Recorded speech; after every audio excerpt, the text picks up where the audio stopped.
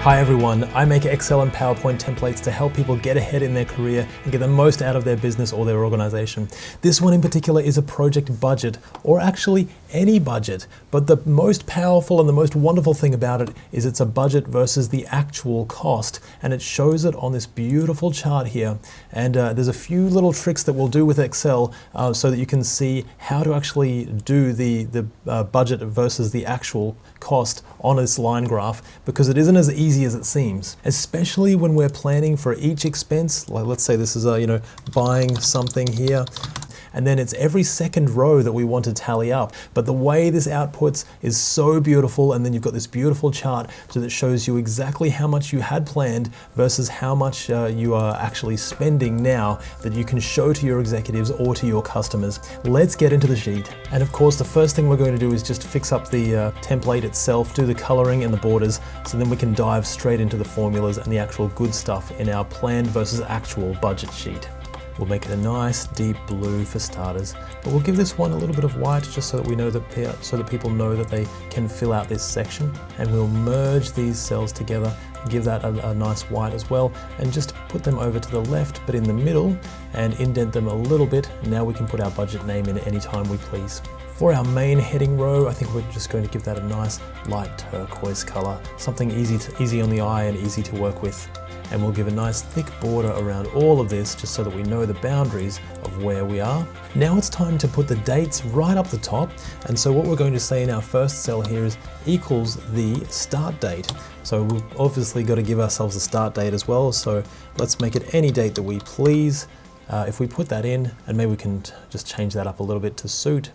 Now this first cell is representing that date value, but we actually want that to look like a date. So we're going to format that cell and we're going to turn it into a date, but we can make it any sort of date that we want. So what we might say is we actually want it to be the months in a Word format, and we want maybe 2 of the years as well. And so there you see it's March 23rd, 2023, but it could be any year that you're working with.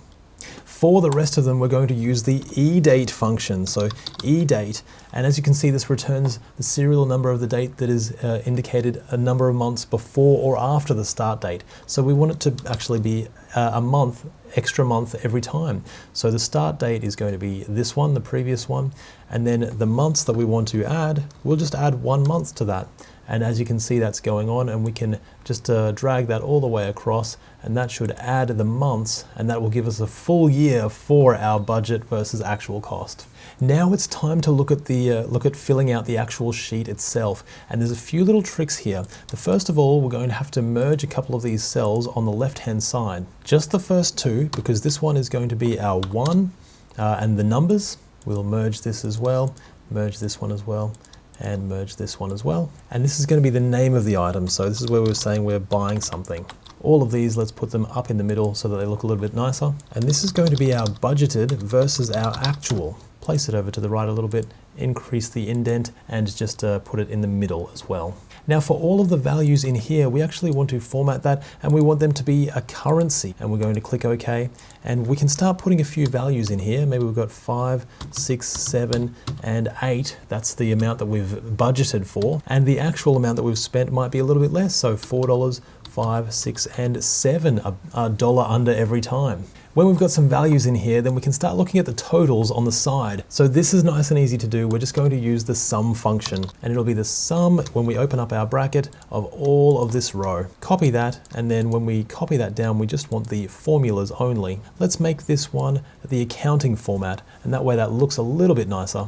Now, if you want to get rid of the dollar signs when they're not in use, there is a little trick to that. If we format the cells and say custom, then you can use the custom formatting tool to actually change that up, and that's what it will look like. If we select OK, then that will actually reduce the dollar sign when we're not using it as well, so it just looks a little bit nicer. Now we want to do some conditional formatting, and to do that, we're going to do it on every second row, so it's on the actual, because if it's above our budget, we want it to be red, but if it's below our budget, we want it to be green. So we go to conditional formatting and we manage our rules. We select new rule and we say format only cells that contain the cell value, and it's going to be greater than the cell before it. The font style can be red for that one, and we'll click OK. and we'll apply. We'll also add a new rule where the cell format only cells that contain cell value to be less than the cell before it as well, and the color for this one will be green. Now when we do this, we just want to take the $ out of the E because we're going to copy this across. So we'll just edit that and take the $ away, apply and click OK.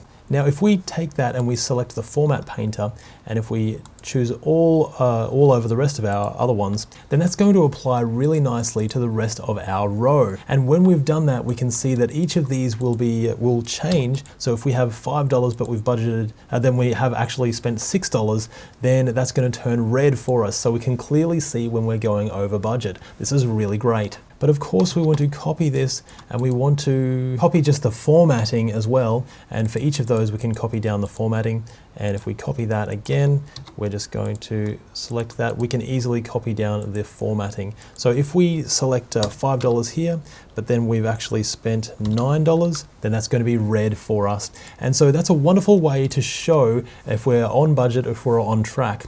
But it's just messed up the lines ever so slightly. So now we can really go into here and we can actually fix up the lines for our particular sheet.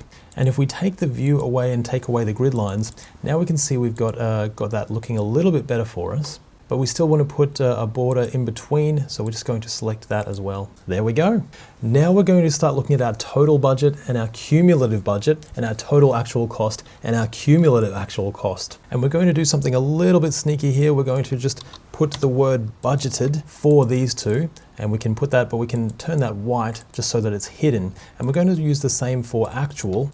Put it in the middle and just turn it white so it's hidden. But that way when we actually filter these columns, it will still show up all of the budgeted sections, including the total budget, and all of the actual sections, including the total actual sections. Now what we want for our total budget and our total actual cost is actually a little formula, and it's an array. So an array, if you're using the latest version of Excel, you don't have to press Control Shift Enter. But if you're using previous versions of Excel, you will have to press Control Shift Enter.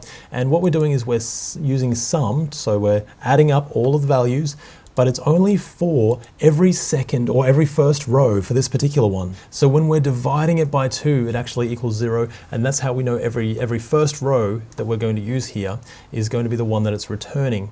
And so that's the formula that we're using, and if we press Control, Shift, and Enter, that's going to give us the total for just the budgeted sections. And again, for all of these, if we format these and make it that custom view again, and there's the custom formula there, fairly easy to copy, but if we select that, then that's going to just give us a nice clean slate if there's nothing there, and if there is something there, it's going to return all of those functions for us. Now for the cumulative budget, we can simply say the first one equals the first cell, because that's the first one, but then we want to keep adding, and we want the maximum value out of all of them added up together. So we want it to keep adding and adding and adding on top of each other like a snowball. And in order to do that, what we're going to do is we're going to say if this item there's nothing in it, then we're going to return NA. And that's really important for the chart that we're going to show you in a second, because if we've got NA, it'll just leave a blank on the chart. So it's going to make the chart look a lot nicer, which you'll see. But then if it's not blank, we're going to return the highest, so the maximum value, plus the new value as well. And if we just press Enter there, and we can easily scroll this across and pull this across, and now this is continually adding to each other and giving us the highest total value, so it's our cumulative budget. You'll notice that it has a whole bunch of NAs here as well, which we do need for the chart, but we don't like that showing up on our actual budget. So if we do some conditional formatting and say Manage Rules, we'll say a new rule, and we'll say if cell contains an error, then what we want is for our font, and we'll just make our font white to hide that, and click OK and apply. And that hides all of those NA values. So now we get the important value that they are for our chart, but we don't have to look at them because they don't look very nice. Now we're going to use the same trick for summing every second row for our total actual cost. And if we select Control, Shift, and Enter, then that will give us the value that we want. We can easily scroll that all the way across, and we can also use the same formula as we used for the cumulative total budget. So we've got this one, and we'll just scroll that all the way across as well. We'll give ourselves the border on the bottom again. And now that is really starting to look quite good. The only thing we're going to do is just color this ever so slightly differently. So we'll give it a nice, maybe a bit of a yellow if it's the actual as opposed to our budgeted. And our total actual cost, of course, we can have a little different color there too, if we want to, and then we'll make them all bold. And now we've got the foundation for our budget. So this is really great. You've done so well, and there are so many little tricks to this one. But now all we have to do is do the cumulative budget all the way over here, and the cumulative cost, and select that, hold Control and select that one as well. If we insert a line chart, then now you can see we've got this line chart starting to form, and we'll just make that a little bit bigger so we can see. We'll make the title what we want. Let's give our values, let's make them stand out a little bit more. Now we can really see the difference on the chart, but we're also just going to select this, right click, and we're going to format this data series. And what we want to do is just make the marker. We'll give ourselves maybe the marker options, and we're going to give ourselves one of these built-in marker options. Same deal for the other one as well. Marker options, built-in, a nice circular one there. Close that off, and all of a sudden we've got this beautiful project budget chart, and we can clearly see where our budget is getting away from us now. This will really help you in your company, and it'll help you in your project, because you can really show people how that project budget is going and whether you're on track or off track. I hope you've enjoyed spending the time with me, and I've really enjoyed spending the time with you creating this project versus budget versus actual cost. I'll see you in the next video, and bye for now.